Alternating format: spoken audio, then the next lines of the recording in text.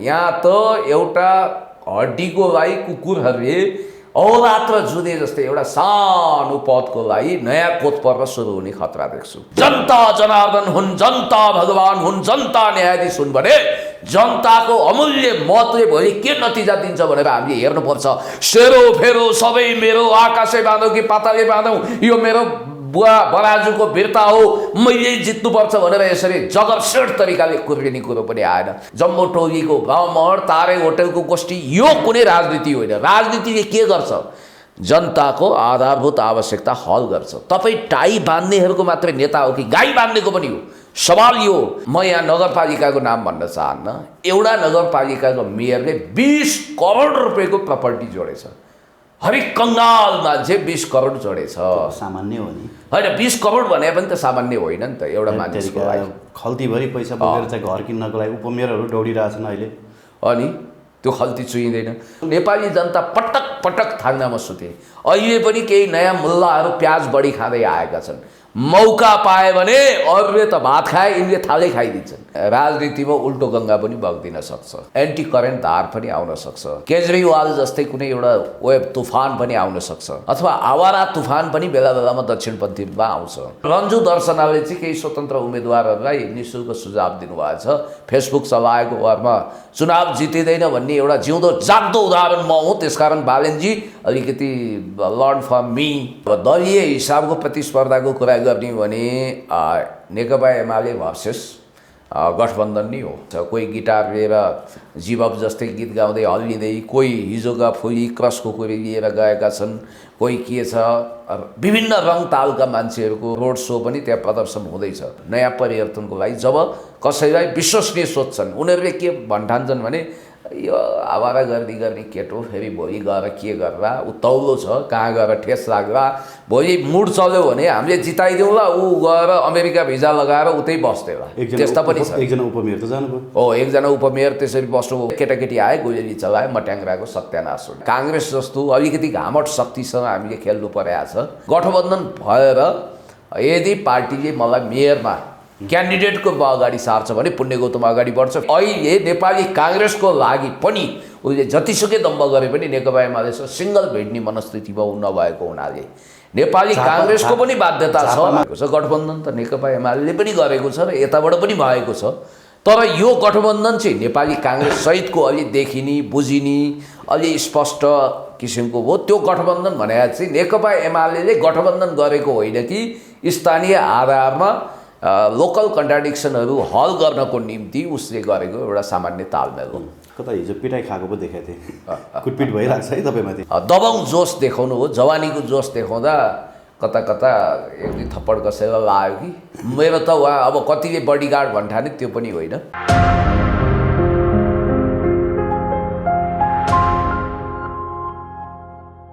दर्शकवृन्द नमस्कार। PNBखबर.com को यो श्रृङ्खलामा हामीसँग बहुचर्चित पुण्य गौतमजी हाम्रो साथमा हुनुहुन्छ। पुण्य सर, यहाँलाई हार्दिक स्वागत छ। धेरै धेरै धन्यवाद। नमस्ते। कता हिजो पिटाइ खाएको पो देखेको थिएँ। कुटपिट भइरहेको छ है तपाईँमाथि। अहिले कहाँ पिटाइ खाइछु? सपना देख्नुभयो कि? कता इन्टरभ्यूतिर हातपातै भयो भनेर हालिरहेछन्। ए त्यो अब यसो साथीभाइ जुडो कडातेवाला आउँछन्, पल्साला दायाँ बायाँ भयो भने तेरो दाँत झारिदिन्छु अनि सित्तैमा सुनको दाँत हालिदिन्छु भन्ने एकजना भाइ हुनुहुन्छ। वाइवा डन भनेर चिनिन्छ। उहाँ कलाकार पनि हो अनि त्यसपछि पलको डायहर्ड फ्यान। त्यो भए हुनाले अब उहाँले अलिकति दबाउँ जोस देखाउनु हो। जवानीको जोस देखाउँदा कता कता एक दुई थप्पड कसैलाई लाग्यो कि मेरो त उहाँ अब कतिले बडीगार्ड भन्ठाने त्यो पनि होइन। उहाँ भाइ जस्तो मान्छे हो। पुण्य सरको चुनाव उठ्ने कुरा के भयो त? मेयरमा उठ्न चाहन्छु होइन, पार्टीले मलाई योग्य ठहरायो भने ब्याक हट्दिनँ भन्नुहुन्थ्यो। पार्टीले योग्य नठहराएको हो कि तपाईँले आँट नगरेको? यस्तो छ, अहिले पनि पार्टीमा छलफल हुँदैछ। यो विषय छलफलको तहमा छ। सम्भावना यो छ कि गठबन्धन हुने र मैले यदि स्थानीय तहमा तपाईँले भनेकै पदमा मेयरमा यदि पार्टीले मलाई जिम्मेवारी दिने हो भने त्यसको लागि म पछाडि हट्दिनँ भनेको हुँ। अहिलेसम्म पार्टीले योग्य ठहराएन त्यसो भए? होइन, पार्टीले त योग्य ठहराउला, छुट्टै कुरा हो। मुख्य कुरो फेरि यहाँ काङ्ग्रेस जस्तो अलिकति घामट शक्तिसँग हामीले खेल्नु परेको छ। माओवादी साथीहरूको पनि आफ्नो महत्त्वाकांक्षा छ, तर मेरो योग्यता, क्षमता, प्रतिभा, इतिहास सबै हेर्दा जनताले मलाई पार्लियामेन्टमा देख्न चाहेका छन्। तर पनि अहिलेको तत्कालको आवश्यकतालाई सम्बोधन गर्न स्थानीय तहमा एउटा दरो खरो खम्बा चाहिन्छ भनेर यदि जनताले चाहेका हुन् भने, स्थानीय सरकारको नेतृत्व गर्ने मेयरको रूपमा मलाई देख्न चाहेका हुन् भने म अन्त होइन गोकर्णेश्वर नगरपालिकाबाट मेयरको क्यान्डिडेट हुन इच्छुक मान्छे हुँ। इच्छुक त अरू पनि हुनुहुन्छ, अरू पनि योग्यतम मान्छेहरू हुनुहुन्छ, लिडरहरू हुनुहुन्छ, क्याडरहरू हुनुहुन्छ, उहाँहरूको पनि इच्छा बुझ्नु पर्यो। तर मलाई जहाँसम्म लाग्छ गठबन्धन, पहिलो कुरो मेरो शर्त भनेको गठबन्धन हो। गठबन्धन भएर यदि पार्टीले मलाई मेयरमा क्यान्डिडेटको अगाडि सार्छ भने पुण्य गौतम अगाडि बढ्छ। फेरि मैले 2-3 वटा घोषणा गरेको छु। एउटा के भनेको छु भने मेरो 100% तलब भत्ता तपाईँ सोसियल मिडियाकर्मी साथीहरूलाई प्रत्येक महिना म बोलाउँछु। प्रत्येक महिना फरक फरक रोगी, दुखी, गरिब, असहाय, अपाङ्ग, वृद्ध, महिला को हुन्छ म हस्तान्तरण गर्छु 100% तलब भत्ता आफ्नो। त्यसपछि म एउटा पदीय हैसियतको उपयोग गर्दै सरकारी मोटर चढ्दिनँ, म सरकारी मोटर चढ्ने छैन। तेस्रो कुरो भनेको मैले के कमिटमेन्ट व्यक्त गरेको छु भने मैले आफूले नगरपालिका अथवा जुनसुकै तहलाई पनि भोलि संसदमा पनि हुन सक्छु, अहिलेसम्म फिक्स भएको छैन। म जुन तहमा हुन्छु त्यो क्षेत्रलाई म व्यक्तिगत रूपमा एउटा आफ्नो जग्गा बेचेर एम्बुलेन्स दिन्छु। जग्गा बेचेर? त्यो एम्बुलेन्स फेरि कस्तो हुन्छ भने गरिबहरूको लागि दिउँसो ट्याक्सीको रूपमा काम गर्छ र आवश्यक पर्दा त्यो एम्बुलेन्स हुन्छ, गाडी दिन्छु। ओके सर, अब गठबन्धनले त धेरै अन्यलता ल्यायो। हुन त महानगरपालिका र उपमहानगरपालिकामा त गठबन्धन स्मुथ जाला जस्तो देखेको छ। यद्यपि पोखरा र भरतपुरमा त त्यहाँ विद्रोह जारी नै छ होइन। तर अन्त चाहिँ गठबन्धन त्यति प्रभावकारी देखिएला जस्तो लागेन। गठबन्धनभित्रै पनि मतभेद छ होइन। काङ्ग्रेसले आफ्नो उम्मेदवार उठाउन नपाएको उहाँहरूलाई छ, उहाँहरूभित्रैको उम्मेदवारभित्र पनि खिचातानी छ होइन। त्यति सहज नहोला जस्तो लाग्यो नि गठबन्धन। यस्तो यो तत्कालीन आवश्यकतालाई सम्बोधन गर्न वाम लोकतान्त्रिक गठबन्धन बनाएर देशलाई एउटा लोकतान्त्रिक स्वतन्त्रतासहित समाजवादको दिशामा अगाडि बढाउनुपर्छ भन्ने मान्यताको आधारमा 5 दलीय गठबन्धन बन्यो। यो प्रतिगमन विरुद्ध खडा छ भनियो। तर कुरा के हुन्छ भने आखिर पार्टीको अस्तित्व त फरक फरक छ। यहाँभित्र कुण्ड पानी मुण्ड बुद्धि विभिन्न तह र तबकाका विचारहरू प्रतिनिधित्व गर्छ। नेपाली काङ्ग्रेसका कार्यकर्ताहरू खास गरी चुनाव भन्ने बित्तिकै उहाँहरू पागल प्रेमी जस्तो घिसारिएर लाग्नुहुन्छ र उहाँहरूले कुनै पनि तहमा नछोड्न खोज्नु स्वाभाविक हो र हामीले पनि दाबी गर्नु खोज्नु अथवा गठबन्धनका अरू घटकहरूले अरू पार्टीले पनि आफ्नो दाबी प्रस्तुत गर्नु स्वाभाविक हो। तर आम जनतामा को पपुलर छ, त्यो क्षेत्रमा कसले जितेको छ अथवा त्यो दाबी सबभन्दा बलियो गरी कसले प्रस्तुत गरेको छ, जनमत कसको छ आदि इत्यादि आधारमा र लोकतान्त्रिक मर्म र भावना अनुरूप गिभ एन्ड टेकको पनि कुरा होला, सेक्रिफाइसको पनि कुरा होला। ती सब कुराको जोड घटाउ गरेर जस्तो महानगरपालिका तहमा घोषणा भयो। पोखरा नेकपा एकीकृत समाजवादीलाई जुन ढङ्गले नेतृत्व गर्नको निम्ति पोखरा महानगरपालिका दिइयो, त्यसै गरी भरतपुर माओवादीले आफ्नो नेतृत्व पङ्क्ति दाबी प्रस्तुत गरिरहेको छ। उपमहानगरमा पनि ठाउँ त्यसै गरी सहमति भएको छ। के भन्न थाले भने नि अब काङ्ग्रेस भन्दा पनि बेसी चाहिँ होइन अथवा भनौँ समाजवादीले चाहिँ धेरै ठाउँमा बढी भाग खोज्यो भन्ने कुरा आइरहेको छ क्या अहिले। एकीकृत समाजवादी हैसियत अनुसारको भागमा होइन भन्दैछन् कि। अब यो हैसियतको कुरा गर्ने भने एकीकृत समाजवादी नेकपा एकीकृत समाजवादीको स्पष्ट मान्यता के छ भने हामीले आफ्नो दावेदारी प्रस्तुत गरिरहँदा त्यहाँ हामीले हिजो प्रस्तुत गरेको पूर्व पार्टी नेकपा एमालेको तर्फबाट प्रस्तुत गरेको एउटा उम्मेदवारी, त्यहाँ प्राप्त गरेको विजय अथवा कतिपय पराजित भएको ठाउँमा पनि अहिले बढेको जनमतलाई आधारित बनाएर र त्यहाँ व्यक्तिगत लोकप्रियता, पार्टीको लोकप्रियता, लोकतान्त्रिक आन्दोलनको आवश्यकता, मूल्य र मर्म भावना आदि इत्यादिलाई समायोजन गरेर अब यो कसको पल्ला कति भारी, को कति किलोको, कसको तौल कति, को हेभी वेट हो कि लाइट वेट हो कि फिदर वेट हो कि, यसरी गणना गर्नुभन्दा पनि अहिले नेपाली काङ्ग्रेसको लागि पनि उसले जतिसुकै दम्ब गरे पनि नेकपा एमालेसँग सिङ्गल भेट्ने मनस्थितिमा ऊ नभएको हुनाले नेपाली काङ्ग्रेसको पनि बाध्यता छ हामीसँग। झापामा त काङ्ग्रेस र एमालेको गठबन्धन भएर आज ए हो र यो पनि गजब सुनियो। स्थानीय आवश्यकताको आधारमा कुनै कुनै तहमा त्यस्तो होला, त्यो नहोला भन्न सकिँदैन। अब यो स्थानीय चुनाव हो, संसदीय चुनावभन्दा अलिकति फरक हुन्छ यो। अब हेर्दै जाउँ वास्तवमा। अब आज हामी 10 गते राति करिब 7:30-8 बजे कुराकानी गरिरहेका छौँ। अझै पनि हामीसँग 48 घन्टाको समय छ। मलाई जहाँसम्म लाग्छ भोलि 11 गते, पर्सि 12 गते दिनभरि मनोनयनको प्रक्रिया निर्वाचन आयोगमा गएर सुरु हुन्छ र त्यहाँ एउटा पिक्चर देखिन्छ। जस गठबन्धनले गर्दाखेरि एमालेलाई अझै सहज हुने भयो कि गठबन्धनभित्रको किचनले गर्दा। अब यस्तो हो, कुन पार्टीलाई कति सहज कति असहज, कसले कुन तहमा विजय हासिल गर्छ भन्ने एउटा कुरा हो। तर नेकपा एमालेको बारेमा कुरा गरिरहँदा नेकपा एमालेसँग टक्कर गर्न, प्रतिस्पर्धा गर्न, अथवा एक हिसाबले भन्नुपर्दा एमाले पनि आफ्नै किसिमको गठबन्धन गरेको छ। तपाईँले देखिरहनु भएको छ। अब परिवार दल कमल थापा हुन त परिवार दल भन्नाले अब को परिवार सामेल गर्नुभएको छ ढकाल एकनाथले हामीलाई थाहा छैन।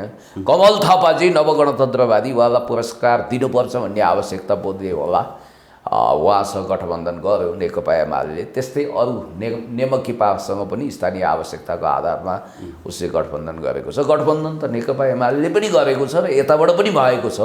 तर यो गठबन्धन चाहिँ नेपाली काङ्ग्रेस सहितको अलि देखिने बुझिने अलि स्पष्ट किसिमको हो। त्यो गठबन्धन भने चाहिँ नेकपा एमाले गठबन्धन गरेको होइन कि स्थानीय आधारमा लोकल कन्ट्राडिक्सनहरू हल गर्नको निम्ति उसले गरेको एउटा सामान्य तालमेल हो।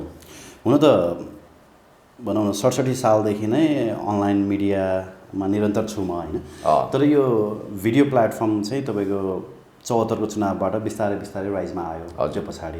अब हामीले यो बिचमा के सोचेका थियौँ भने जनताहरू धेरै शिक्षित भइसके, उनीहरूले नेताहरूलाई प्रष्ट रूपमा चिन्ने मौका पाइसके होइन। दलहरूको काम गराए अथवा दलबाट उठेका जनप्रतिनिधिहरूको काम गराए, सबै कुरा चाहिँ बुझिसके भन्ने हाम्रो सोचाइ थियो। तर पनि त्यसो त भएन। अहिले हुइम त दलहरूकै छ होइन। स्वतन्त्र उम्मेदवारी दिएका छन् धेरैजनाले, जस्तो हाम्रो गोविन्दराज जोशीको छोरा दीपकराज जोशी उहाँले दिनुभएको छ, बालेन शाह दिनुभएको छ, सुनिता डङ्गोल, थुप्रै छन् होइन। स्वतन्त्र उम्मेदवारहरूको पूर्व डिआइजी रमेश खरेलले उठ्दै हुनुहुन्छ। उहाँ त पार्टी नै भयो नि, सुशासन पार्टी छ उहाँको। के होला तपाईँलाई के लाग्छ स्वतन्त्र उम्मेदवारहरूको हैसियत होइन काहीँ जित्ने जस्तो देख्नुहुन्छ? जस्तो ब्यास नगरपालिकामा उठ्नु भएको छ दीपकराज जोशी होइन। पोखराबाट अटेरी अभियानबाट एकजना हुनुहुन्छ होइन। यहाँ बालेन शाह होइन। मैले बुझेँ कहिलेकाहीँ राजनीतिमा उल्टो गङ्गा पनि बग्दिन सक्छ, एन्टी करेन्ट धार पनि आउन सक्छ, केजरीवाल जस्तै कुनै एउटा वेब तुफान पनि आउन सक्छ, अथवा आवारा तुफान पनि बेला बेलामा दक्षिणपन्थीमा आउँछ। त्यो व्यवस्थित तुफान हो या आवारा तुफान त्यो समयले बताउला। तर मलाई जहाँसम्म लाग्छ तपाईँले भने जस्तै नेपाली जनता अहिले पनि दललाई नै विश्वास गर्ने, दललाई नै भरोसा गर्ने, दलकै वरिपरि सङ्गठित हुने एउटा नेचर बनाउनु भएको छ। तर म स्वतन्त्र उम्मेदवारलाई पनि कम आकलन गर्दिनँ, किनभने उहाँहरूले पनि उठ्न पाउने, आफ्ना कुराहरू राख्न पाउने, खास गरी स्थानीय निकाय गैर दलीय हुनुपर्छ भन्ने उहाँहरूको जिकिरमा कता कता सुनवाई भएको जस्तो मलाई लागेको छ। तर रन्जु दर्शनाले चाहिँ केही स्वतन्त्र उम्मेदवारहरूलाई निःशुल्क सुझाव दिनुभएको छ।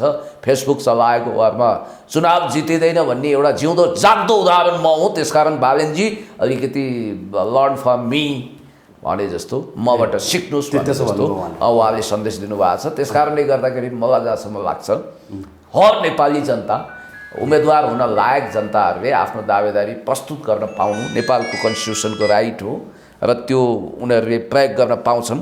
अब हेर्दै जाउँ के हुन्छ। भनेपछि बालेन शाहले जित्न सक्ने चान्स छैन? होइन, कसैले पनि जित्दैन भनेर त ड्याम्मै भन्नु भएन। तर मलाई होइन अर्को हाम्रो प्रकाशमान सिंहको श्रीमती दलीय हिसाबको प्रतिस्पर्धाको कुरा गर्ने भने नेकपा एमाले भर्सेस गठबन्धन नै हो दलीय हिसाबले। तर रन्जु दर्शन अहिले त सम्मानजनक मत ल्याउनु भएको थियो नि त।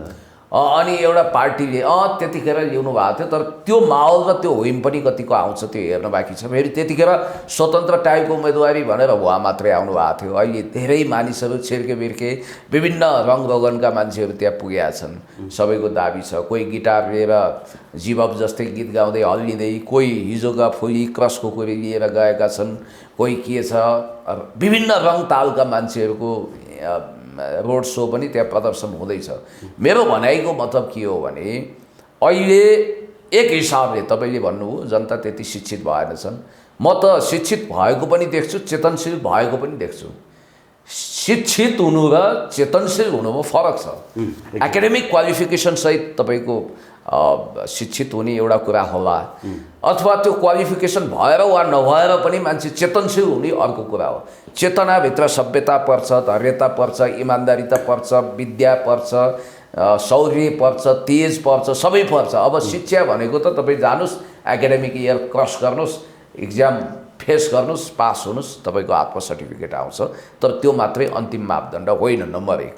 नम्बर 2, जनताहरू तब प्रिपेयर हुन्छन् नयाँ परिवर्तनको लागि जब कसैलाई विश्वसनीय सोध्छन्। उनीहरूले के भन्ठान्छन् भने यो आवारा गर्ने केटो फेरि भोलि गएर के गर्ला, ऊ तौलो छ, कहाँ गएर ठेस लाग्ला, भोलि मुड चल्यो भने हामीले जिताइदिउँला, ऊ गएर अमेरिका भिजा लगाएर उतै बस्देला। त्यस्ता पनि छ। एकजना उपमेयर त जानुभयो। एकजना उपमेयर त्यसरी बस्नुभयो भन्ने बित्तिकै बरु यी भन्दा त राजनीतिक दलका मान्छेहरू अब नहुनु मामा भन्दा कुन्नी के जाति मामा, त्यो ठिक होला भनेर पनि त्यसरी चयन गरेको देख्छु। अल्टरनेटिभ भनेको स्पष्ट रूपमा, स्पष्ट दृष्टिकोणका साथ, इमान्दारिताका साथ, विश्वसनीयताका साथ आयो भने त्यसले एउटा लहर ल्याउने हो। होइन भने केटाकेटी आए, गोली चलाए, मट्याङ्ग्राको सत्यानाश हुने हो। सम्भावना कम छ।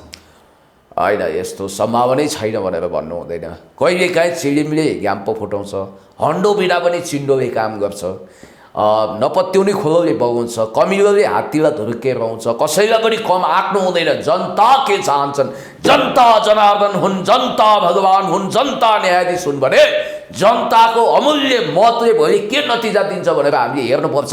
सेरो फेरो सबै मेरो, आकाशे बाँधौँ कि पाताले बाँधौँ, यो मेरो बुवा बराजुको वीरता हो, मैले जित्नुपर्छ भनेर यसरी जगरसेट तरिकाले कुर्ने कुरो पनि आएन। तर अर्को महत्त्वपूर्ण कुरा के भने मैले तपाईँलाई भनिहालेँ, सशक्त अल्टरनेटिभ पेस नगरेको र दलभित्रै पनि सुधारको गुन्जाइस भएको हुनाले अहिलेसम्म मान्छेहरूले अर्को अल्टरनेटिभ मेनु त हेर्छन्, तर मोमो र चाउमिन बाहेक कुनै त्यस्तो एकदमै टप परिकार नआइसकेको हुनाले उही पुरानै परिकार मगाउने चलन छ। मोमो र चाउमिन होइन। तर स्वतन्त्र उम्मेदवारलाई पनि म कम आँक्दिनँ, उहाँहरूको गरिमालाई पनि म सम्मान गर्छु। ओके, अब अहिले पार्टीको घोषणापत्र हेर्दाखेरि त यस्तो लाग्छ कि आहा, कुन चाहिँ नि पार्टीलाई जिताउँ जस्तो लाग्छ कि। अस्ति सूर्य पार्टी के अरे एमाले पनि लिएर आयो घोषणापत्र, निकै आकर्षक प्याकेजसहित ल्यायो। ठुला सहरमा रेल, साना सहरमा के भन्ने कुरा ल्याएको छ होइन। तपाईँहरूको पनि निःशुल्क शिक्षाको कुरा आछ, 200 युनिट बिजुली फ्रीको कुरा आछ। त्यस्तै गरी राप्रपाले पनि निःशुल्क शिक्षा र स्वास्थ्यको कुरा ल्याएको छ। गर्भवतीलाई सुत्केरी भत्ता, गाई भैँसीलाई सुत्केरी भत्ताको कुरा ल्याएको छ होइन। जो सबै घोषणापत्रहरू हेर्दाखेरि चाहिँ निकै आकर्षक प्याकेजका रूपमा आएका छन् कि। पहिला चाहिँ अलिक ठुल्ठुला कुराहरू हुन्थे, अलिक बढी होइन, मेट्रो रेल, फ्लाइओभर, स्मार्ट सिटीका कुराहरू हुन्थे। त्यो चाहिँ अलिक घटेर भुइँ मान्छेका कुराहरू समेटिनु पुगेको छ। यसलाई पोजिटिभ साइनको रूपमा लिन सकिन्छ कि सकिँदैन? यस्तो हो, अब अहिले जसरी तपाईँले भन्नुभयो, फिगर प्रस्तुत गर्नुभयो, वास्तवमा चुनाव भनेको के? चुनाव भनेको जनताको जनअभिमत टेस्ट गर्ने एउटा प्यारामिटर हो, एउटा माध्यम हो। र त्यो नै अन्तिम एकमात्र विकल्प पनि भन्नु हुँदैन। अनेक ढङ्गले जनमतको टेस्ट हुन्छ। जस्तो मैले तपाईँलाई भनौँ, इन्ट्रेस्टिङ कुरा के भने घोषणापत्रमा के लेखिन्छ भन्ने कुरो महत्त्वपूर्ण भएन। संविधानका चिसा अक्षरहरूमा स्पन्दित न्याना आत्माहरू म खोज्छु भनेर उहिले बिपी गैरालाले कन्स्टिट्युसनको विषयमा त्यसरी नवीन आयामसहितको व्याख्या दिनुभएको थियो। एउटा इन्ट्रेस्टिङ कुरा गरौँ, लालू प्रसाद यादव अब जेल नगई नहुने भयो बेचरा। अब आफैले हवालातको यात्रा भयो अनि उनले जानै पर्ने भयो। अब कसै गरी पनि आफ्नो भ्रष्टाचारको कारण गाईहरू कराई मेरो दाना खोइ लालू भनेर मागे चारा घोटाला काण्डमा लालू जेल गए। जेल गइसकेपछि लालूले के सोचे भने अब यो सत्ता त हस्तान्तरण गर्नु भएन पराईलाई भन्ने बित्तिकै रबर स्ट्याम्प, रबर छाप आफ्नै अनपढ र राजनीतिको ग्वाच गवार बरु आनन्दी देवीले राजनीति बुझ्थिन् होला। गजुबाबुको श्रीमती सद्भावनाको अध्यक्ष बनाइएको थियो। त्योभन्दा पनि लाट खाल्की बिचारी इनोसेन्ट सोझी राबडी देवीलाई मुख्यमन्त्री हस्तान्तरण गर्नुभयो। राबडी देवी एउटा कार्यक्रममा गइन्, इलेक्सन नजिकै थियो, त्यहाँ चाहिँ गयो, निर्दलीय चुनाव हुँदो रहेछ धेरै ठाउँमा भारतमा स्थानीय तहमा। अनि कसैले सोध्यो तपाईँको लालु प्रसाद यादवले राम राज्य ल्याउँछु भन्नुभएको थियो, खोइ त राम राज्य? लालु तिनै मान्छे हुन् जसले एकताका बिहारको सडकको दुर्दशाको विषयमा पत्रकार करण थापरले प्रश्न गर्दाखेरि अरे भाइ अब 3 वर्षपछि आउनुहोस्, म मेरो बिहारको सडकलाई हेमा मालिनीको गाला जस्तै चिल्लो बनाइदिन्छु भन्नुभएको थियो। अब त्यसपछि राबडी देवीलाई सोधेछन् लालुजीले त यसलाई राम राज्य बनाउँछु भन्ने प्रतिबद्धता व्यक्त गर्नुभएको थियो, खोइ त छैन त राम राज्य, केही पनि छैन भने। अरे राम मन्दिर बनाइहाल्नुभयो। दोस्रो कुरो भनेको राम राज्यमा हुनै पर्ने चिज राम मन्दिर हो, त्यो राम्रैसँग बनाउनु भयो। दोस्रो अब त्यसपछि राम राज्य नबन्नुको विडम्बना प्रस्तुत गर्दै त्यहाँका पत्रकारले सोधेछन् खै यहाँ बिजुली आउँदैन, पानी छैन, केही छैन भन्ने बित्तिकै राबडी देवीले भन्नुभएछ राम राज्यमा बिजुली थियो, राम राज्यमा धाराहरू थिए, हो त्यस्तै राम राज्य ल्याउन खोजे हो भने जस्तै कुतर्क गर्न त भएन। किनभने राम राज्यमा स्वाभाविक रूपमा स्विच चट्ट थिच्ने बित्तिकै बत्ती त बल्दै थियो, दियालो बालिन्थ्यो होला होइन भने जस्तै यस्ता कुतर्क गर्न त सम्भव भएन। तर मलाई जहाँसम्म लाग्छ तपाईँ जनताप्रति इमान्दार हुनुहुन्छ भने तपाईँ शासक बन्ने होइन, तपाईँ सेवक बन्ने हो। त्यसैले त भ्लादिमिर जेलेन्स्की भलै रुससँगको युद्धमा उनी कुख्यात भए र खोक्रो राष्ट्रवादले युक्रेनलाई बर्बाद बनायो, त्यो आफ्नो ठाउँमा छँदैछ। तर उनले सर्भेन्ट अफ पिपुल भन्ने पार्टीको नाम सायद ठिकै राखेका थिए, जनताको सेवक वा नोकर। एउटा राजनीतिक दलको जनप्रतिनिधिको हैसियत मालिक होइन नि, गजदम्म परेर बसेका छ, बोल्दा पनि पैसा तिरौला जस्तो, प्रशासक शासक जस्तो, आई एम द स्टेट भन्ने उहीको फुई पनि लगाएको छ। त्यस्तो मान्छे जनप्रतिनिधि हुनै सक्दैन। जनतालाई चुस्ने, लुट्ने, जनताको जीवधनको रक्षा नगर्ने, गैर जिम्मेवार आफ्नो विषयमा सोध्ने, सेरो फेरो सबै मेरो हो भन्ने अनि 7 पुस्ताको ढुकुटी भर्ने मान्छे नेता हुँदैन। म पार्टीलाई पनि भन्न चाहन्छु अब तपाईँले यस्तो मान्छेलाई उम्मेदवार तय गर्नुहोस् जो प्यारासाइट नहोस्, पार्टीमा निर्भर भएर अनि पार्टीले टिकट दिन्छ अनि जितेपछि 2-4 पुस्तालाई जमाउँ भन्ने टाइपको मान्छे नहोस्। म तपाईँलाई एउटा कुरा भन्छु, म यहाँ नगरपालिकाको नाम भन्न चाहन्न, एउटा नगरपालिकाको मेयरले 20 करोड रुपियाँको प्रपर्टी जोडेछ। हरेक कङ्गाल मान्छे 20 करोड जोडेछ। सामान्य हो नि होइन, 20 करोड भने पनि त सामान्य होइन नि त एउटा मान्छेको लागि। खल्तीभरि पैसा बोकेर चाहिँ घर किन्नको लागि उपमेयरहरू दौडिरहेछन् अहिले, अनि त्यो खल्ती चुइँदैन।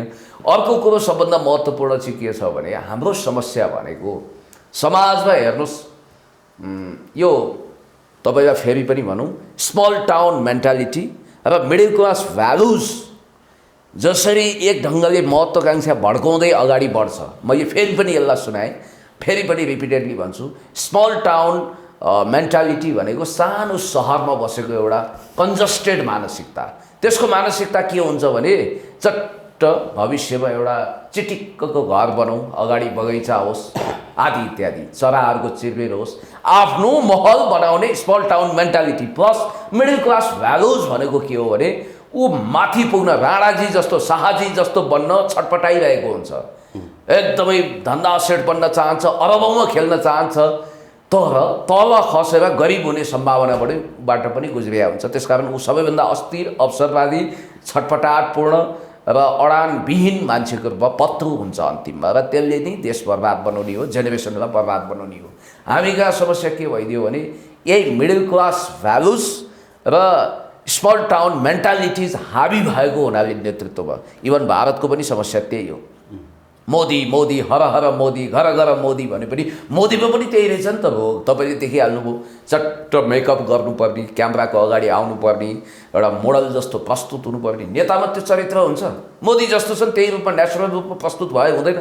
उनका सुटहरू कहाँ अर्डर हुनुपर्ने, उनी मान्छे चरम आध्यात्मिक भन्छन्, तर उनले गरेका कामहरू हरकतहरू हेर्दा मानौँ उनी त कुनै फिल्म स्टार जस्तो, अमिताभ बच्चनको प्रतिस्पर्धी जस्तो भनेर आइरहेका हुन्छन्। त्यस्तो हुँदैन। यो मैले अहिलेको प्रश्नमा अलिकति केन्द्रित हौँ। जस्तो हामीले मेयरलाई जिताएर पठायौँ होइन, सुरुमा भोट माग्न आउँदाखेरि उहाँहरू निकै तलसम्म निहुरेर हात जोडेर भोट माग्नुभयो अनि भोट मागेर जितेर उहाँहरू मेयर बनिसके पश्चात चाहिँ हामी पटक पटक हात जोडेर उहाँहरूको अगाडि गयौँ, तर उहाँहरूले गाडीको सिसाबाट हात हल्लाउँदै धेरै पटक हिँड्नुभयो। अब भेटघाट यसरी भेटघाट हुने बोल्ने त मौका कमै पाइयो। सायद मैले यो 5 वर्षमा एकपटक अन्तर्वार्ता लिने मात्रै मौका पाएँ जस्तो लाग्छ होइन। त्यस्तो अवस्थामा छौँ। तर आज उहाँहरूले ल्याएको फुल फ्लेज प्याकेज हेर्दाखेरि नि त्यो घोषणापत्रको अथवा भनौँ उधारो तमसुकको प्याकेज हेर्दाखेरि चाहिँ ओहो हाम्रो समस्या त उनीहरूले बुझेका रहेछन्, जानेका रहेछन्। यही कुरा यो 5 वर्षमा बुझिदिएको भए त परिवर्तन हुन्थ्यो होला नि सर। बोलिरहने चरा मान्छे, जोतिरहने गधा मान्छे, बोल्ने र गर्ने पो सच्चा मान्छे भनेर रूपचन्द बिष्टले उहिले भन्नुभएको थियो। ह्युगो चावेजको जस्तो क्यारेक्टर विकास गर्नुहोस्। नेपालीहरू चाइनिज वा कोरियन जस्तो अब गलकट्टु भएर अररो भएर बोल्दै नबोल्ने नेचर पनि होइन, अनि बोलिरहने काम पनि ठिक होइन। त्यो बिहारमा लालु प्रसाद यादवको जस्तो पोलिटिक्स हुन्छ, जति पनि बोल्ने काम फिटिकै नगर्ने, ओराको सिनको पर नसार्ने अनि ढलेको लोटा पनि नउठाउने। हामीले के गर्नु पर्यो भने त्यति नै बोलौँ जति गर्न सकिन्छ, गर्न नसकिने कुरो नबोलौँ र गर्न देखाउँ, व्याख्या पछि गरौँला भनिन्छ नि। एउटा तस्बिर 1000 शब्दभन्दा वेटी हुन्छ, तस्बिर आफै बोल्छ। तपाईँले गरेका कामहरू आजकल त तस्बिर मात्रै होइन, अडियो भिडियोमा रूपान्तरित हुन्छ। तपाईँको प्रशंसा कसरी गर्नु पर्दैन। अरलो भएको छ, जिद्दी भएको छ, प्रशासक भएको छ, गाडीमा कालो सिसा लगाएको छ, चुनाव जित्नु अगाडि अब नभएको पनि गोरु बेचेको साइनो लगाएर, अब आमापट्टिको मामापट्टिको सबै भयभरका साइनो लगाएर खुट्टा ढोक्दै आउने, रुवाबासी गर्ने, जितेर गएपछि चिन्न अस्वीकार गर्ने, चिन्नै नचाहने, भेट्नै नचाहने, कुरा गर्नै नचाहने, विकासका कामै नगर्ने, ठुल्ठुला गफ जोतेर बस्ने, आकाश पताल धुई पताल खोजेर पनि फेला नपार्ने, फोन गऱ्यो भने पनि चट्ट काट्ने, मिटिङमा छु मात्रै भन्ने। अनि नभएको मिटिङ भने के हुँदो रहेछ भने खानपिन हुँदो रहेछ फेरि। हो यस ढङ्गको गैर जिम्मेवार र भाषण, उद्घाटन अनि आफ्नो व्यक्तित्व विकास, देश विदेश भ्रमण अनि जोमसोमदेखि लाङचुङलासम्मको जम्मू टोलीको भ्रमण, तारे होटलको गोष्ठी, यो कुनै राजनीति होइन। राजनीतिले के गर्छ? जनताको आधारभूत आवश्यकता हल गर्छ। तपाईँ टाई बाँध्नेहरूको मात्रै नेता हो कि गाई बाँध्नेको पनि हो? सवाल यो। म तपाईँलाई एउटा कुरा भन्छु, नेपाली जनता पटक पटक थाङ्नामा सुते। अहिले पनि केही नयाँ मुल्लाहरू प्याज बढी खाँदै आएका छन्। मौका पाए भने अरूले त भात खाए, यिनले थालै खाइदिन्छन्। सित्ते पाए अलकत्रा खान्छन्। झन् भोका उडुसहरू जनतालाई शोषण गर्न नयाँ नयाँ फन्डा लिएर अगाडि आइरहेको बेला काहीँ सिम नभएको कुनै थोत्रो मोबाइल उपहार पाउँछन्, काहीँ के हुन्छ तपाईँले देखिरहनु भएको छ। यो जो मान्छे बढी ढोङ गर्छ, पाखण्ड गर्छ, वाहियात कुरा गर्छ, कुनै आधार बिना पनि एकदमै नेपाललाई सुनको लङ्का बनाइदिन्छु, सिङ्गापुर जस्तो देशलाई सिङ्गापुर रातारात बनाइदिन्छु भन्छ, भिजन केही पनि छैन। अनि एउटा फाइल बोक्छ अनि पुराना तथ्याङ्कहरू लिएर हिँड्छ। जुन जिल्लामा गयो, दाङ जिल्लामा गयो भने यो घोराई जिल्लाको दाङमा म आएको छु भनेर भाषण गर्छ। यस्ता अनपढ, यस्ता इतिहास र जनताप्रतिको जिम्मेवारी बोध नभएका, सस्तो प्रचारको लागि फन्डा गर्ने, फेसबुकै मानिसहरूलाई नन्दी प्रेङ्गी 64 योगिनी भूतप्रेत पिशाच आदि इत्यादि लिएर हिँड्ने, त्यसरी अगाडि पछाडि आउरे बाउरे जस्तो नन्दी भृङ्गी जस्तै लिएर हिँड्ने। अनि त्यसपछि हिजो फेसबुकले र सोसियल मिडियाले एमसिसी रोक्छ भनेर भ्रममा परेका मान्छेहरू आज फेरि यो ढङ्गले आइरहेका छन्। र तपाईँलाई एउटा कुरा भन्छु, पहिलो कुरो राजनीतिमा क्राइसिस अफ क्रेडिबिलिटी हुनु भएन, विश्वसनीयताको सङ्कट। तपाईँलाई एउटा कुरो म भन्छु, चन्द्रशेखरजीलाई विदेश राज्य मन्त्री दिने भइयो मोरारजी देसाईको गभर्मेन्टमा। उहाँले के भन्नुभयो भने म स्टेट मिनिस्टर लिन्न, मेरो आफ्नो बटम लाइन छ, म फुल क्याबिनेट मिनिस्टर भयो भने ठिकै छ, विचार गर्छु। देसाई मभन्दा सिनियर हो, यद्यपि मेरो प्राइम मिनिस्टरमा दावेदारी हो, तर क्याबिनेटमा म स्टेट मिनिस्टरमा म शपथ गर्दिनँ। अनि उहाँलाई पार्टीका सिनियर लिडर जयप्रकाश नारायणले बोलाउनु भयो। उहाँले भन्नुभयो म आफ्नो वचनमा चट्टानी अडान राख्छु, जेपी तपाईँलाई म आदर गर्छु, तर मैले जे बोलेको हुँ मैले बोलिसकेँ। अल इन्डिया रेडियोलाई इन्टरभ्यू दिएँ। जेपीले सम्झाउनु भयो अहिले स्टेट मिनिस्ट्री भने पनि त्यहाँ अर्को कोही क्याबिनेट मन्त्री छैन। जसरी महेश आचार्यलाई अर्थ राज्य मन्त्रीको रूपमा राखे पनि अर्थमन्त्री थिएन नि, स्वास्थ्य राज्य मन्त्री राखे पनि पहिला गोकुल बासकोटालाई सूचना तथा सञ्चार राज्य मन्त्री राख्दा उहाँको कुनै फुल क्याबिनेट मिनिस्टर थिएन, तर राज्य मन्त्री पनि पहिला राखियो, पछि फुल क्याबिनेट मन्त्री दिइयो। उहाँले के भन्नुभयो जेपीले भने म सार्वजनिक रूपमा ऐलान गर्छु निकै छिटो, अहिलेको लागि टेक्निकल त्यो बेलामा राइटरले टाइप गरेपछि जित्यो, टेक्निकल इरर्स भएछ, तपाईँलाई म निकै छिटो मोरारजीसँग कुराकानी गरेर म फुल मिनिस्टर बनाउँछु भन्दा सरी उहाँले मान्नु भएन। त्यो कोटामा अटल बिहारी वाजपेयी आउनुभयो। कालान्तरमा दुवै भेटरानहरू भारतको प्रधानमन्त्री हुनुभयो, अटल बिहारी वाजपेयी, चन्द्रशेखर पनि। राजनीतिमा के हुन्छ भने निष्ठाका कुराहरू हुन्छ, विवेकका कुराहरू हुन्छ। नेकपा माले भनिरहेको थियो मनमोहन अधिकारीलाई संसदीय दलको नेता नबन्नु नि चलखेल चल्यो। जननेता कमरेड मदन भण्डारी कहाँ यो कुरा पुग्यो। उहाँलाई के भनियो भने तपाईँ बन्नुपर्छ, तपाईँ सर्वशक्तिमान महासचिव हुनुहुन्छ, अध्यक्ष हाम्रो सेरेमनियल पद हो भन्दा उहाँले के भन्नु भने तपाईँ हामी आमाको गर्भमा नहुँदाको कम्युनिस्ट हो मनमोहन अधिकारी, तपाईँहरूले सेना बिनाको जर्नेल भनेर अपमानित नगर्नुहोस्। यो पार्टीमा हाम्रो पार्टीमा भावी प्रधानमन्त्रीको यदि चान्स आउँछ कसैलाई भने त्यो मनमोहन अधिकारी आउनेछ, हामी पार्टी हेर्नेछौँ, म यो पदमा र्याल चुहाउँदिनँ, म संसदीय दलको नेता बन्न तयार छैन। त्यो हो नि महानता। गणेश मानजीले त्याग गर्नुभयो। हामी यस्ता उदाहरण दिएर थाक्दैनौँ। यहाँ त एउटा हड्डीको लागि कुकुरहरूले अहोरात्र जुधे जस्तै एउटा सानो पदको लागि नयाँ कोत पर्न सुरु हुने खतरा देख्छु। त्यसकारण त्यागको आवश्यकता छ। Right man in right place, party र इतिहासको पनि मूल्याङ्कन गरेर व्यक्तिलाई जिम्मेवारी दिनुपर्छ। जस्तो मैले आफ्नो स्पष्ट अडान राखेको छु कि म गठबन्धन भयो भने म मेयर पदको लागि आफूलाई योग्य ठान्छु, होइन भने म यसै बस्छु, पार्टीको प्रशिक्षण चलाउँछु, स्कुलिङ चलाउँछु, प्रचार गर्छु, आफ्ना कुराहरू राख्छु, देशभक्तिको झन्डा बुलन्द गर्छु, यसै गरी अगाडि बढ्छु। हस् पुण्य सर, धन्यवाद दिन चाहे यहाँलाई। धेरै धेरै धन्यवाद। र एउटा विषय चाहिँ तपाईँले उठाउनुपर्छ मेरो विचारमा। त्यो विषय के हो भने आजकल फन्डाहरू ज्यादा भए। पहिलाको सभामा गम्भीरता हुन्थ्यो, मान्छेहरू सिन्सियर भएर सुन्थे। मैले देखेँ एउटा उत्तौलो भाइ केटो अहिले एक हिसाबले भन्नुपर्दा बनी बनाऊ सेटिङ गरेर कुनै आफ्नी प्रशंसकलाई छतमाथि राखेर सिम नभएको एउटा मोबाइल छतबाट फ्याँक्न लगाएछ र बिचरा त्यो छातीमा लाग्यो भनिएको छ, त्यो एउटा पिउसो मोबाइलले फुलले छोए जस्तै टपक्क छोएको छ, त्यसलाई गोद समात भन्ने अराजनीतिक संस्कार उसले देखाएको छ। यस ढङ्गको पात्र र प्रवृत्ति नेपाली राजनीतिमा हुँदासम्म छलछामकारी सस्तो लोकप्रियताको लागि नभाँचिएको खुट्टा पनि काम्रो बाँधेर भाँचियो भन्दै रुवावासी गर्ने र यो ढङ्गको छलछाम गर्नेले भोलि चान्स पाए, अवसर पाए भने के गर्लान् भनेर अहिलेदेखि सोच्नु जरुरी छ। किनभने बालजातको एउटा भनाइ छ, अहिलेको कुनै कुण्ठित भ्रष्टाचार विरोधी भविष्यको महाभ्रष्टाचारी हुनसक्छ, चिनिराखौँ। हस्, धन्यवाद। Thank you so much.